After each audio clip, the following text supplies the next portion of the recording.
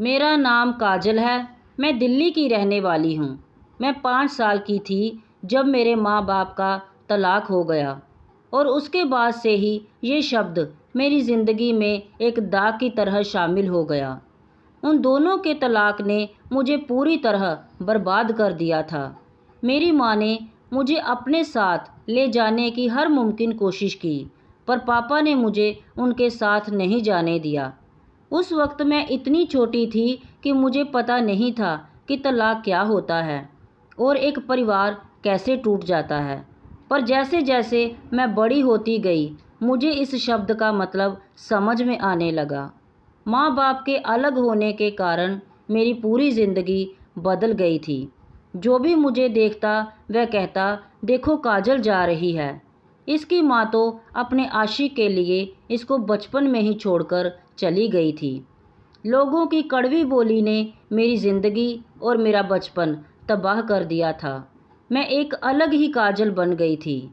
छोटी छोटी बातों पर गुस्सा हो जाती, चीज़ें उठा उठा कर फेंकने लग जाती और कभी कभी तो चीख चीख कर रोती। सभी के साथ बुरा व्यवहार करती और जो भी मेरी माँ के बारे में कुछ गलत कहता तो मेरा मन करता कि मैं उसकी जान ले लूँ। माँ के चले जाने के बाद मेरे पापा ने मुझे दादी के हवाले कर दिया। दादी मेरे सामने दिन रात मेरी माँ के बुरे चरित्र की बातें करती और उसको इस तरह बुरा कहती कि मैं अपनी माँ को नफ़रत करने लग गई थी। पर जब भी मेरी दादी मेरी माँ के बुरे बारे में कुछ कहती तो मैं घर का सारा सामान तोड़ने लगती। धीरे धीरे मेरी दादी मुझे भी बुरा भला कहने लगी। अक्सर दादी पापा को कहती कि इसको भी इसकी माँ के पास ही भेज दो तो अच्छा होगा।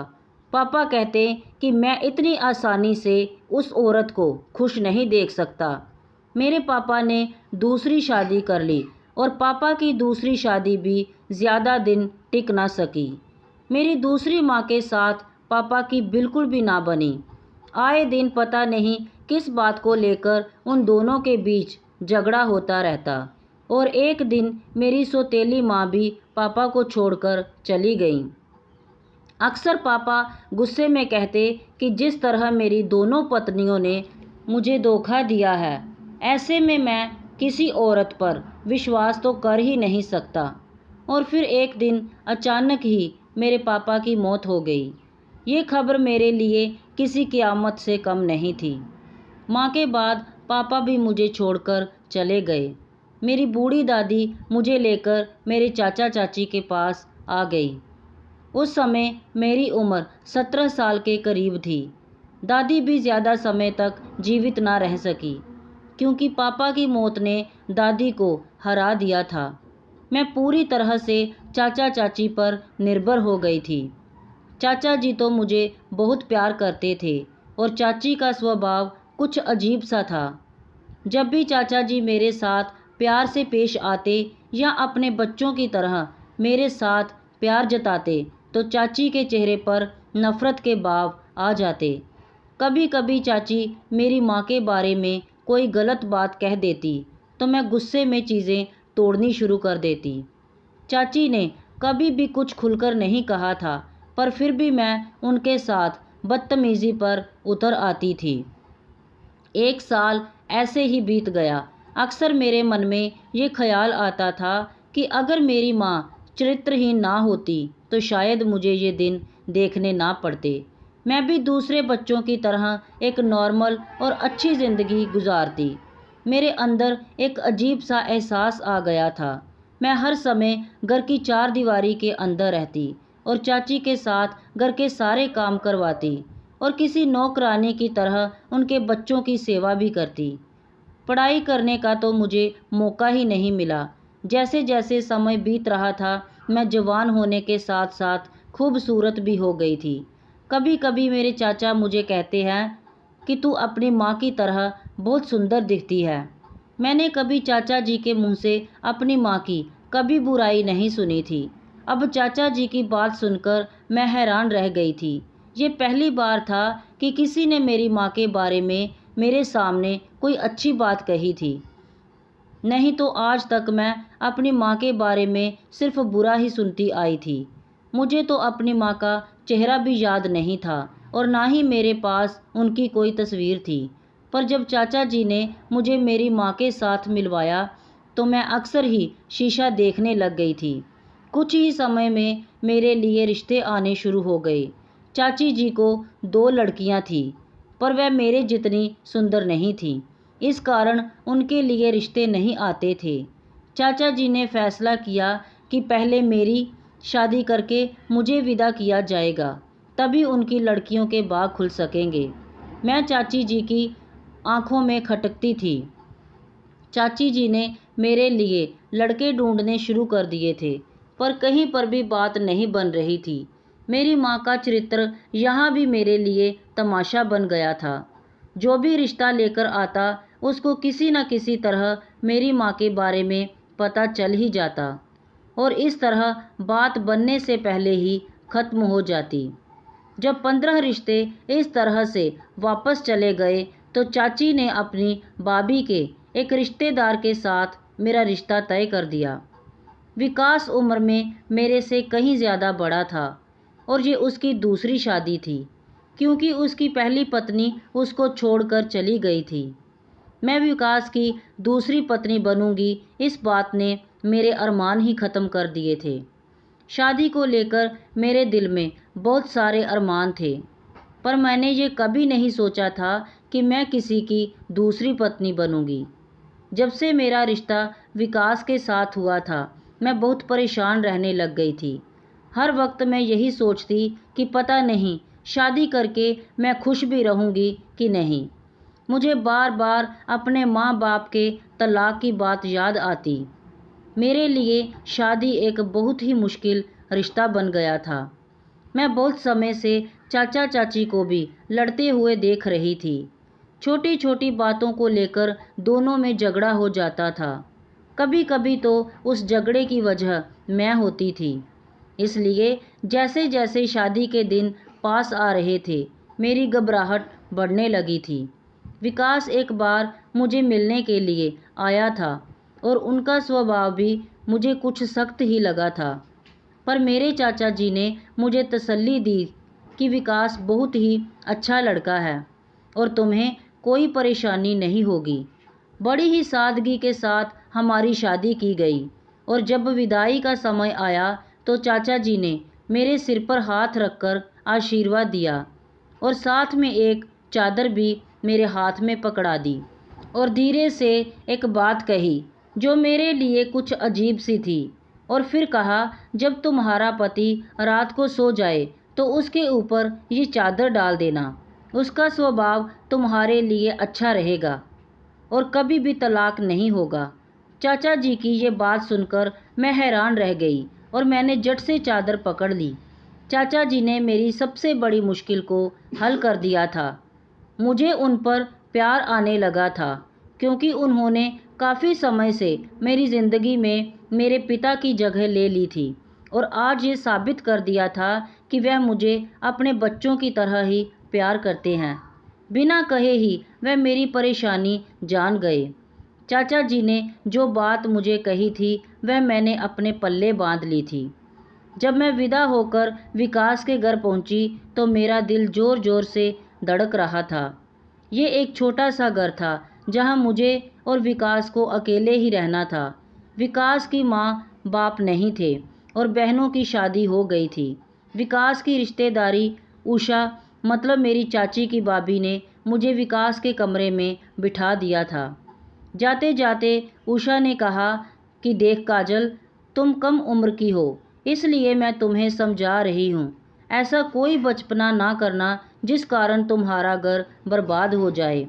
अगर कोई बात हुई तो सारा दोष तुम्हारे ऊपर आ जाएगा। पहले ही तुम्हारी माँ के कारण तुम्हें कोई भी अपने घर की इज्जत नहीं बनाना चाहता था। अब तुम्हारी शादी विकास के साथ हो गई है। अब तुम्हें खुद ही हर बात का ध्यान रखना पड़ेगा। उनकी बातों ने मुझे और भी डरा दिया था। उषा कहने लगी कि विकास का स्वभाव कुछ अलग सा है, तुम्हें खुद ही समझ आ जाएगा और उसके साथ ज़िंदगी गुजारना आसान नहीं है। उषा दीदी मुझे नसीहत देकर चली गई। और मेरा दिमाग उनकी बातों में उलझ गया था। कई घंटों के इंतज़ार के बाद जब विकास कमरे में आया तो उनका मूड कुछ ठीक नहीं था। कमरे में आते ही उन्होंने अपना सामान इधर उधर फेंकना शुरू कर दिया। ऐसा लग रहा था कि जैसे वह बहुत गुस्से में थे। मैं डर के मारे पसीने से भीग गई थी।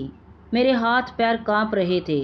विकास मेरे पास आने की बजाय सीधा बाथरूम में चले गए और कपड़े बदलकर बाहर आए। मैं अभी तक बेड पर ही उन्हीं का इंतज़ार कर रही थी। मुझे देखते ही वह गुस्से के साथ कहने लगे कि तू कब तक यहाँ पर बैठी रहेगी? मुझे नींद आ रही है, मेरा बिस्तर साफ कर। विकास के शब्दों ने मेरे होश उड़ा दिए।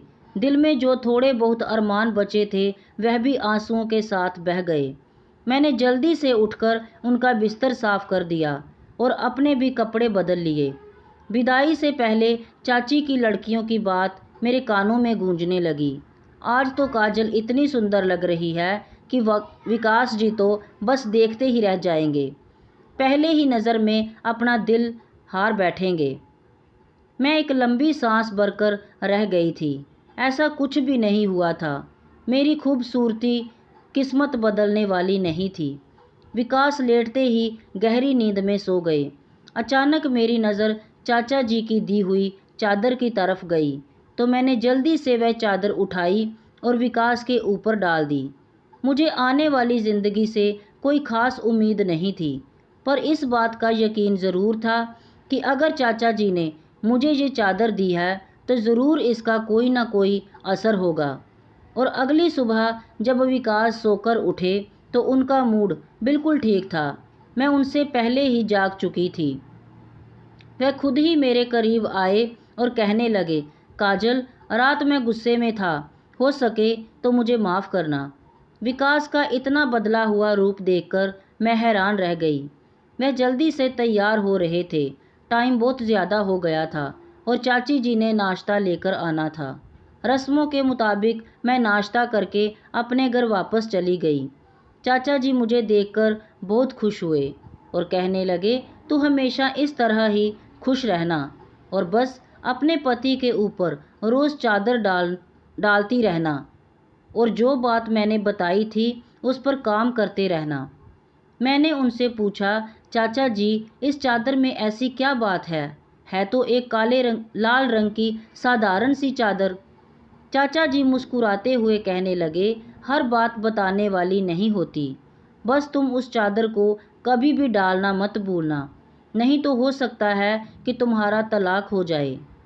चाचा जी की ये बात सुनकर मेरे रोंगटे खड़े हो गए और मैंने कहा, नहीं चाचा जी, मैं कभी नहीं भूलूंगी। तलाक का नाम सुनकर तो मैं कांप जाती थी। शाम तक विकास मुझे लेने के लिए आ गया और उनका मूड भी बहुत अच्छा था। उस दिन के बाद कोई भी ऐसा दिन नहीं गया कि जब विकास के सोने के बाद मैंने उनके ऊपर चादर ना डाली हो। ये लाल रंग की चादर मुझे जान से भी ज़्यादा प्यारी हो गई थी। विकास मेरा बहुत अच्छा ख्याल रखता था। उनका स्वभाव भी मेरे प्रति बहुत नरम था। अगर कभी वह गुस्सा करते तो मैं चुपचाप सुन लेती, क्योंकि मुझे पता था कि चाचा जी की दी हुई चादर के कारण विकास का गुस्सा कुछ समय के बाद ही खत्म हो जाता है। पता नहीं इस चादर में ऐसी कौन सी बात थी जो विकास जैसा गुस्से वाला इंसान भी ठंडा हो जाता था। मैं बहुत अच्छी ज़िंदगी गुजार रही थी। शादी के कुछ देर बाद मुझे पता चला कि मैं प्रेग्नेंट हूँ। ये खबर सुनकर तो विकास और भी खुश हो गए। थोड़े दिनों के बाद मेरी तबीयत खराब रहने लगी और इसी कारण एक रात विकास के सोने के बाद मैं चाचा जी की दी हुई चादर विकास के ऊपर डालना भूल गई। मैंने दवाई ली हुई थी, इसलिए मैं विकास के सोने से पहले ही सो गई थी। ये मुझसे बहुत बड़ी गलती हो गई और इस बात का एहसास मुझे उस वक्त हुआ जब सुबह 5 बजे मेरी आँख खुली। ये देखकर तो मेरे रोंगटे ही खड़े हो गए कि विकास के ऊपर तो मैंने चादर दी ही नहीं थी। चाचा जी की ये बात मेरे कानों में गूंजने लगी। कि अगर तूने चादर ना डाली तो तुम्हारा तलाक हो जाएगा। अभी मैं इन बातों में ही खोई हुई थी कि विकास जाग गए। उनको देखकर मुझे डर लगने लगा। मैं सोच रही थी कि पता नहीं क्या होगा। विकास कहने लगे, तुम क्यों जाग रही हो? तबीयत तो ठीक है ना तुम्हारी? मैंने डरते डरते उनको बताया कि मेरी तबीयत ठीक नहीं है। विकास कहने लगे, तो मैं तुमको अकेले घर छोड़कर नहीं जा सकता। तुम तैयार हो जाओ, मैं तुम्हें तुम्हारे घर छोड़ आता हूँ। ये पहली बार था जब विकास ने खुद अपने मुंह से मुझे घर भेजने की बात कही थी। नहीं तो इससे पहले मैं जब भी घर जाने की बात करती तो वह मना कर देते और कहते कि तुम्हारा घर अब यही है, तुम्हें यहीं रहना है। उस वक्त मुझे बहुत ही रोना आता था, पर आज जब उन्होंने घर जाने की बात कही तो मुझे डर लगने लगा। मैंने उनको मना कर दिया कि मैं नहीं जाना चाहती, और ये देखकर मेरे पैरों के नीचे से ज़मीन ही निकल गई कि विकास एकदम से गुस्से में आ गए और खुद ही मेरा सामान पैक करने लगे। बहुत दिनों बाद मैंने उनको गुस्से में देखा था। ऑफिस जाते समय उन्होंने ज़बरदस्ती मुझे चाचा जी के घर छोड़ दिया। मैंने डरते डरते उनसे पूछा कि आप मुझे लेने तो आओगे ना? उन्होंने मेरी तरफ गुस्से से देखा और कोई जवाब नहीं दिया। मैं अंदर चली गई और सामने ही चाचा जी बैठे हुए थे। मैं अपने आप पर काबू किए बिना ही उनके पैरों में बैठकर रोने लग पड़ी। मुझे इस तरह रोता देखकर चाचा जी परेशान हो गए। मैंने रोते हुए बताया कि विकास मुझे छोड़कर चला गया है और अब मुझे कभी भी लेने नहीं आएगा।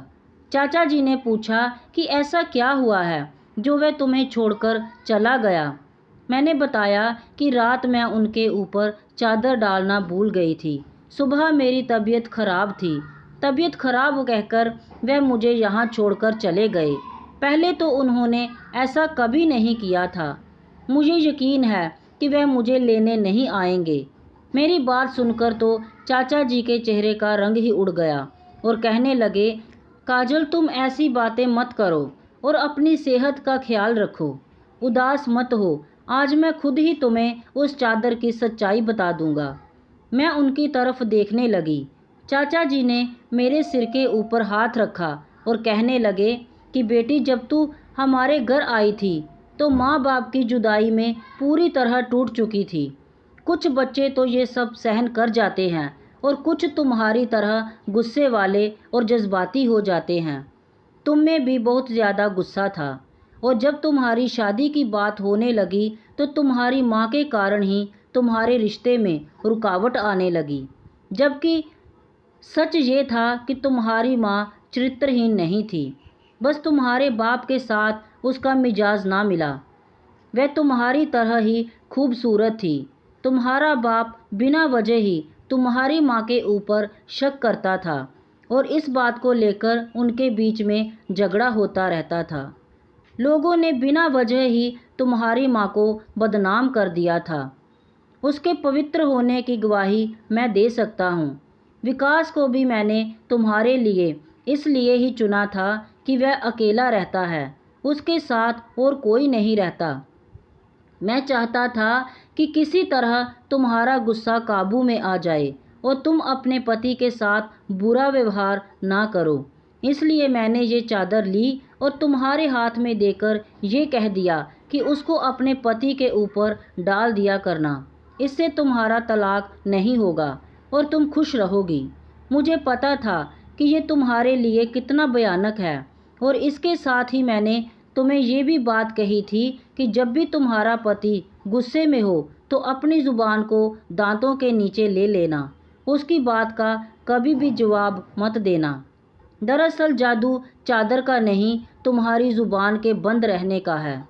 आदमी जब बाहर की परेशानियों को झेल कर घर आता है तो वह कभी कभी सख्त मिजाज और गुस्से वाला हो जाता है, पर अगर औरत उसके साथ ज़ुबान लड़ाने लगे तो ये रिश्ता हमेशा के लिए टूट जाता है।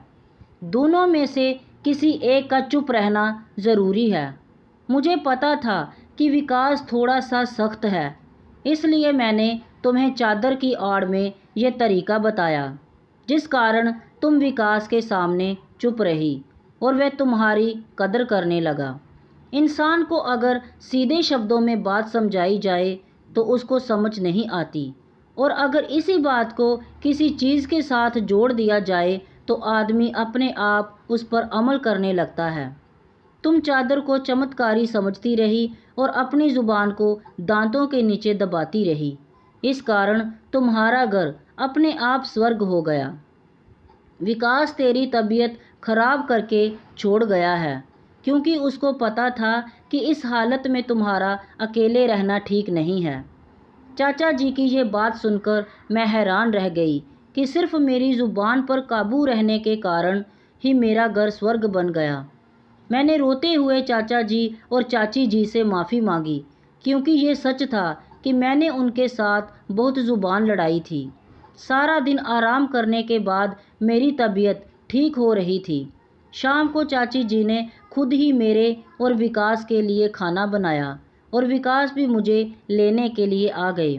चाचा जी ने मुझे ज़िंदगी की हकीकत सिखा दी थी, जिसको सीखना हर लड़की के लिए ज़रूरी है।